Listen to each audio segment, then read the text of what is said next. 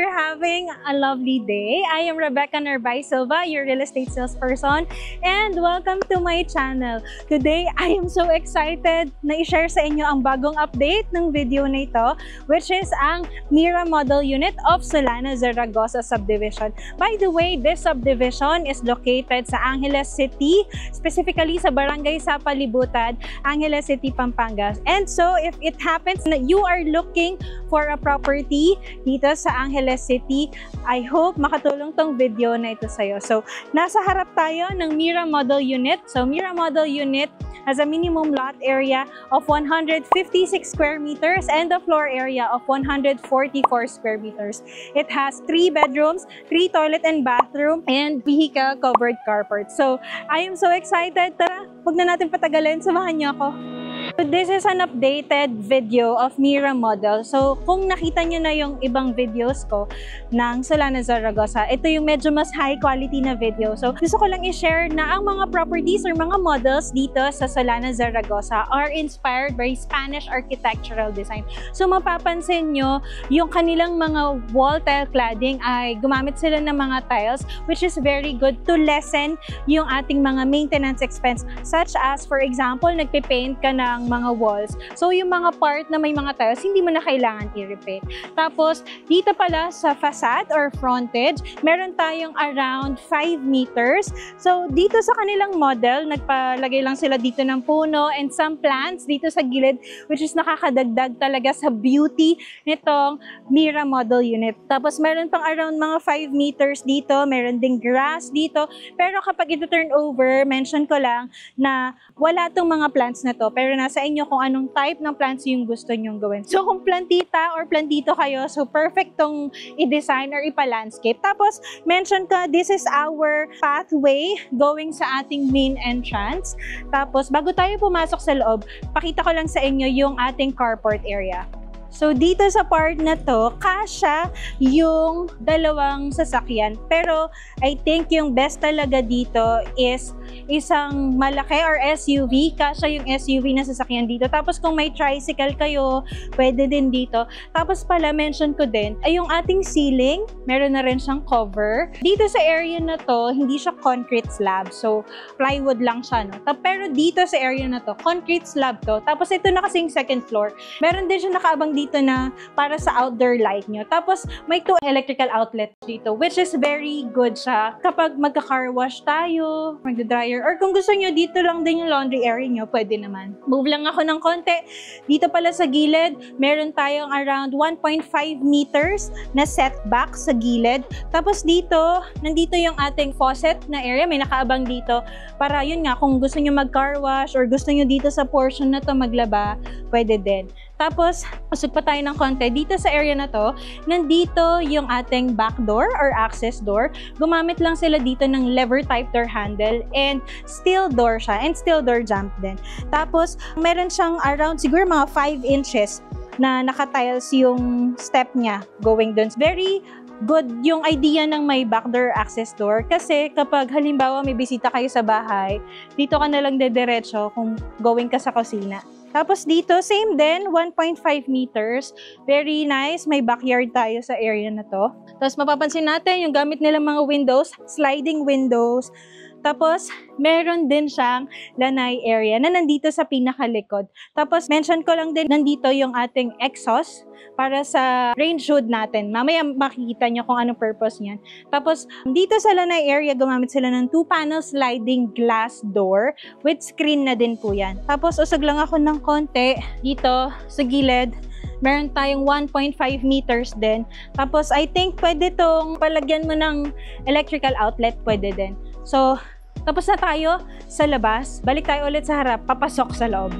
So, pagpasok natin sa loob, mapapansin natin, naka-cement yan or naka-concrete. Tapos dito din, naka-pebble washout yung kanilang flooring. Maganda siya, very okay siya. Madaling linisin, madali kang makapagwalis. Tapos meron lang siya mga tiles na I think this is 30 by 30 centimeter. Tapos ito nga yung sinasabi ko, naka-wall tile cladding dito. And dito naman, plastering lang siya. Tapos sa bandang taas dito, meron siyang outdoor lamp din, no? So, Mention ko lang, bago tayo pasok sa loob, yung kanilang main door or main entrance. Steel door with design ng ganito. Tapos, lever type door handle and steel door jump din. If, for example, medyo nakukulangan kayo sa mga door knobs, pwede naman kayo magpa-install ng mga another security pa dito. So, tara, pasok tayo sa loob. So, ayan, sa pagpasok natin sa loob, napansin ko na very spacious itong Mira model unit. Very okay siya in terms of size niya, no? Kung naghahanap ka ng property dito sa Angeles City. So, mention ko lang dito sa ating chill zone, which is ang ating living area. Kasha yung L-shape. Actually, malaki pa siya. Kasha yung 3-seaters dito, another 2-seaters dito. Tapos, mention ko na lang din muna yung kanilang flooring. Gumamit sila dito ng 60 by 60 centimeters floor tiles. Tapos, yung kanilang ceiling din, gumamit sila dito ng metal deck. Concrete slab yung second floor. So, very matibay yung second floor. Tapos, dito sa part na to, yung kanilang window, sliding window dito. Tapos, dito, I think, tilt and push yung window dito. So, lahat naman na-adjust. Tapos, meron din silang electrical outlet dun sa likod ng frame. Perfect yan kapag plan yung magpalagay ng air conditioning unit dito. Tapos, hanapin ko lang din kung saan pa yung mga ibang electrical outlets. Ayan, meron din ditong 2 electrical outlets. Tapos, may another pang nakaabang if you want to add more mga electrical outlets. Tapos, moving on, dito sa side na to, another window dito. Nandito yung mga switch, I think para to sa dining area and kitchen area, yung switch na to. And 2 electrical outlet dito. Tapos, dito sa part na to, yung window, ganito yung size. So, mga 1 meter din, size ng window. Tapos, kasha yung 6-seaters. Actually, kasha pa hanggang 8-seaters. Tapos kung halimbawa may event kayo dito sa bahay or meron kayong mga bisita na medyo madami, more than 8 persons, pwede nyo pa siyang ipa-extend dito sa likod. Kasi this is lanay area. So, i-open nyo lang yan. Mag-add kayo ng some chairs doon. So, ito yung ating lanay area. Gumamit sila dito ng 2-panel sliding glass door. With screen na po. Lahat ng windows dito sa Mira model unit, kapag ito turn over, with screen na sila. Tapos, move on tayo dito sa kitchen. Siyempre, isa sa mga favorite spot to ng mga mommies, diba? O kaya ng mga mahilig magluto sa mga bahay. So, mention ko lang, very simple, yet ang ganda-ganda ng itsura ng kitchen. Tapos, malawak pa siya. Yung Mira model, straight lang siya, unlike others na parang medyo L-shape. Yung kanyang ginamit na tiles ay 60 by 60 centimeters din. Glossy na medyo parang color brown and medyo orange yung style ng tiles na, yun nga, very glossy. Tapos, kapag ito turn over, meron na rin siyang 2-burner built-in cooktop with range hood. So, ito yung reason bakit may exhaust doon kanina sa likod na nang umikot tayo. Tapos, 2 stainless steel sink with single faucet. Very good yung idea na meron ditong window. So, another window dito with screen na din. Tapos, meron silang mga cabinets dito. Sorry, ito lang pala yung cabinet. Tapos, the rest dito, shelves. Tapos, base cabinet, lahat provided. So, meron tayong 2, 4, 6 na doors for base cabinet. Tapos, dito sa part na to, nandito yung main switch breaker natin. And, kung iniisip nyo, meron kayong mga appliances, pwede kayong magsaksak dito kasi nag-prepare na rin sila dito ng 2 electrical outlets. Tapos, bago ako mag-move on sa kabilang part, mention ko lang na dito sa area na to, which is included, by the way, kapag ito turn over, kasama na itong pantry, mga ganyan. Tapos dito, I think yung best talaga dito is yung inyong refrigerator. Kasi meron na rin siyang electrical outlet. So, I think yung sinasuggest nitong bahay na to is not more than sa ganito kalaki yung refrigerator. Pero syempre, at the end of the day, kayo pa rin yung pipili kung anong type ng refrigerator. Kung gusto nyo ng 2 doors or 4 doors. Yan. Tapos, move on lang ako dito sa kanilang space pa. So, ito yung ating back door, access door kanina. Tapos, dito sa space na to, meron tayong space for laundry area. Ang galing, kasi meron na silang dito, drain, main drain dito. Tapos, 2 electrical outlets for washing machine. Tapos, meron na rin dito nakaabang na faucet. Tapos, dito sa area na to, meron na rin siyang another countertop. Yung maglalaba ka lang ng mga liit-liit na damit, pwede dito.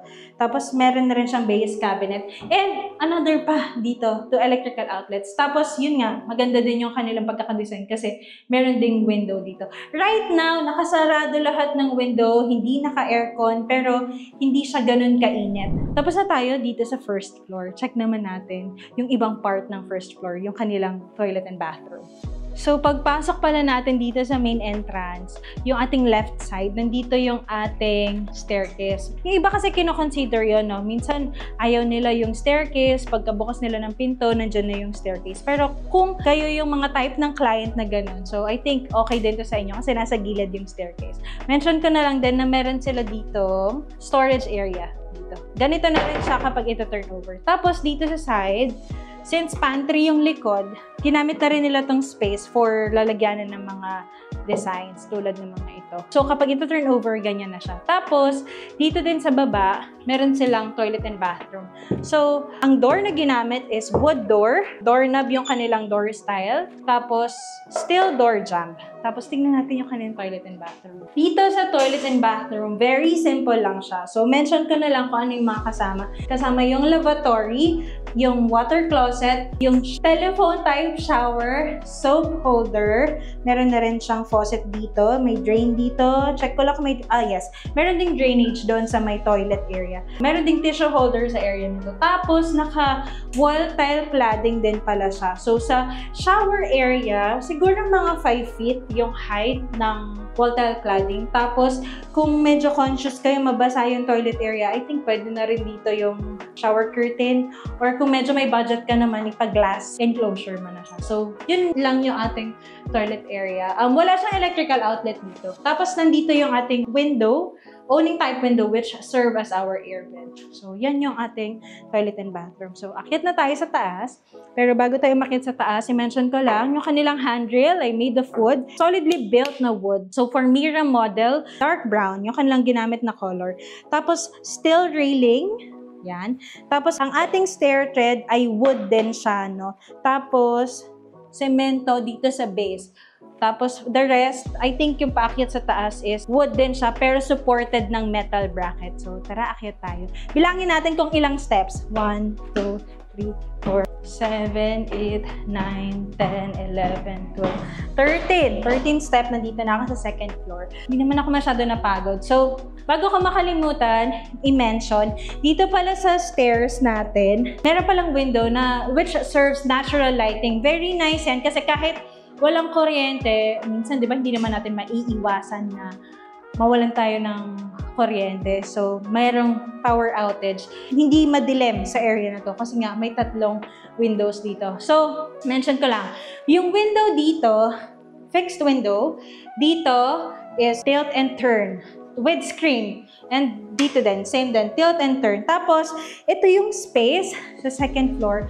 Very malawak din itong Mira model unit. Mention ko lang muna, yung kanilang flooring is made of vinyl flooring, which is napakaganda ng design. Dark na parang wood, napaka-aesthetic ng itsura. Tapos, dito din sa part na to, naka-railings din, no? Meron siya for security, okay siya. Tapos, dito sa part na to, pwede kayong maglagay ng mga sofa, or gawin nyo itong parang gaming area nyo, ganyan. Tapos, may 2 electrical outlet din dito. Tapos, dito, another 2 electrical outlet. And meron pang nakaabang for more electrical outlets kung gusto nyo dagdagan. Pero upon turnover pa lang iyon. Tapos, i-check naman natin yung mga bedrooms dito sa second floor, which is yung 3 bedrooms nandito sila lahat. Unahin natin yung bedroom on my left side. By the way, guys, mention ko lang, lahat ng mga doors, parehas lang, wood door and doorknob yung kanilang door type. Tapos, steel door jamb. Very maganda yung texture. May design na siya. Hindi siya basta simpleng white lang. May design siya and ang ganda ng itsura niya. So, tara, check natin. This is the first bedroom. So, kasya yung single size na bed frame.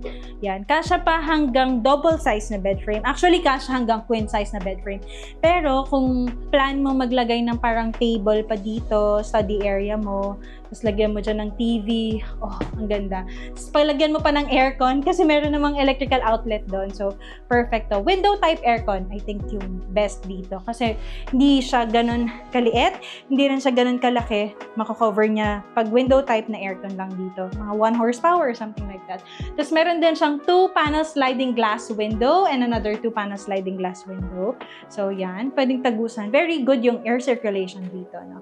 Sa first bedroom. And punta na tayo sa second bedroom, which is katapat lang din nito first bedroom. So, this part. Dito, I think, mas malaki yung first bedroom na nakita natin. Dito, I think best din dito is yung single size na bed frame. Tapos, isang window lang part ng kwarto yung may window. May 2 electrical outlet dito. And meron din siya, kung gusto nyo mag-window type na aircon, meron din siya nakaabang na electrical outlet. Tapos may 2 electrical outlet dito. So kung maglalagay kayo dito ng bed frame na single size, tapos dito yung cabinet, tapos dito yung study or working area, pwedeng-pwede.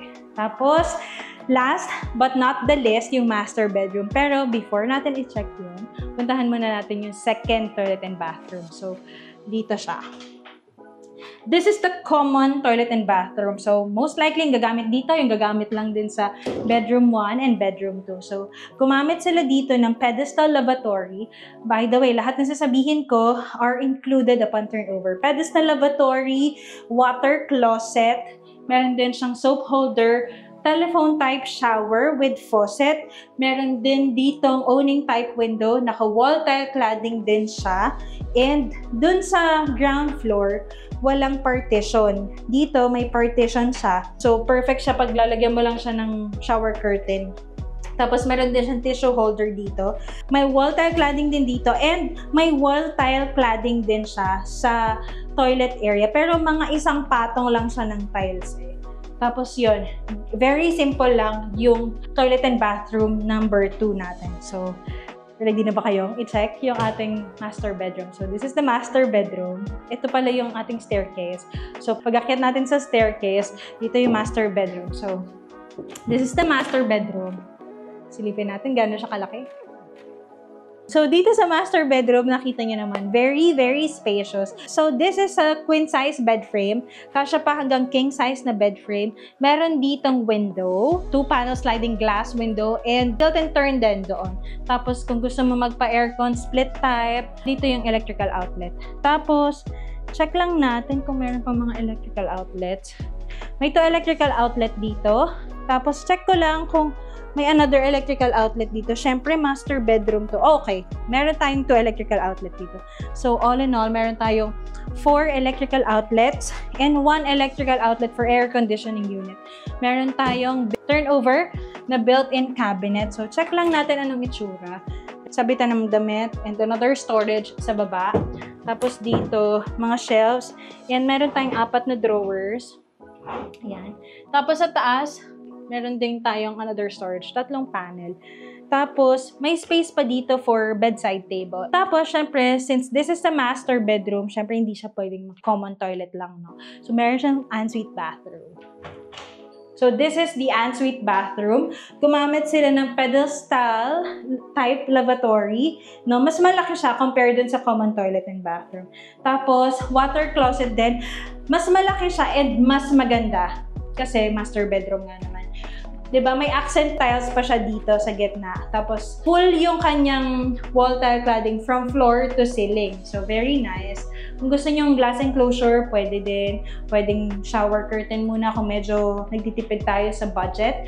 Tapos, telephone type shower with faucet. Nandito yung drain natin. Meron din siyang soap holder and tissue holder dito. And meron din siyang owning type window. So, yun yung ating master bedroom. And, syempre, isa to sa mga feature ng mga bahay dito sa Salana, Zaragoza. Syempre, last but not the least, yung kanilang balcony. So, i-check natin. Meron tayong access sa kanilang balcony dito sa master bedroom. So, gumamit sila dito ng 2-panel sliding glass door with screen. So, check lang natin. So, So, ito, napakalawak ng kanilang balcony. Ang haba niya, I think siguro mga 7 to 8 meters. Tapos ito, 1 meter yan. Pwede kang maglagay ng, kung mahilig kayo mag-coffee, instead na mag-coffee na lang sa labas, magtimpla na lang sa kitchen, tapos dito na lang magpalagay ng coffee table dito or mga chairs dito. Tapos may enjoy mo yung view ng yung mga kapitbahay. By the way, nakikita pala dito yung Mount Arayat, overlooking yung Mount Arayat dito sa mga model houses. So going back, yung kanilang flooring ay gumamit sila dito ng pebble washout with accent na color brown na tiles, 30 by 30 centimeters din. Tapos meron din dito nakaabang na outdoor light. Tapos nahanap ko lang actually yung kanilang drain. So meron drain dito. At meron din doon sa part na yun. So, dalawang drain dito sa kanilang balcony. Yan yung itsura na ating Mira model unit. I hope nakatulong po itong video na ito. And if you are interested na kumuha ng property dito sa Solana Zaragoza, which is located sa Angeles City, Pampanga. Bigyan ko lang po kayo ng some information. So, this property, pwede mo siyang i-avail through 4 options. It's either you're gonna pay cash, pwede din siyang in-house financing, pag-ibig financing, or bank financing. Pero just to give you quick idea regarding sa price, the house and lot price starts at 6,033,360 as of today, October 2024. And pwede mo din siyang i-bank financing. Ang iyong magiging monthly amount ng investment mo sa bank is 40,000. Pero kapag ipapag-ibig mo siya for 30 years, 33,100. So, yun lang. And mention ko na din pala yung mga landmarks near this area. Malapit ito sa Marquee Mall, sa NLEX Angeles Exit. Malapit din ito sa Toyota Angeles, Landers, Marquee Mall, Hospital, and also, mga amenities na ino-offer dito sa Solana Zaragoza are children's playground. Kung meron kang mga kids or in the future, plan mo magka-kids, meron silang basketball court, meron silang swimming pool, meron silang clubhouse, and regarding naman sa kanilang safety or security dito sa subdivision, 24/7 ang kanilang security. Lahat ng gates natin, meron mga security guards and meron din mga nagro-roving na security guards. So, yun lang. I hope nakatulong itong video na ito. And if you are interested to know more details about this property and kung paano yung process, magkano yung ganito, ganyan, please feel free to message me sa aking messenger or sa mga phone numbers na nakikita nyo po sa screen. Once again, I am Rebecca Narbay Silva, your real estate salesperson. Thank you very much for watching. Have a nice day, everyone!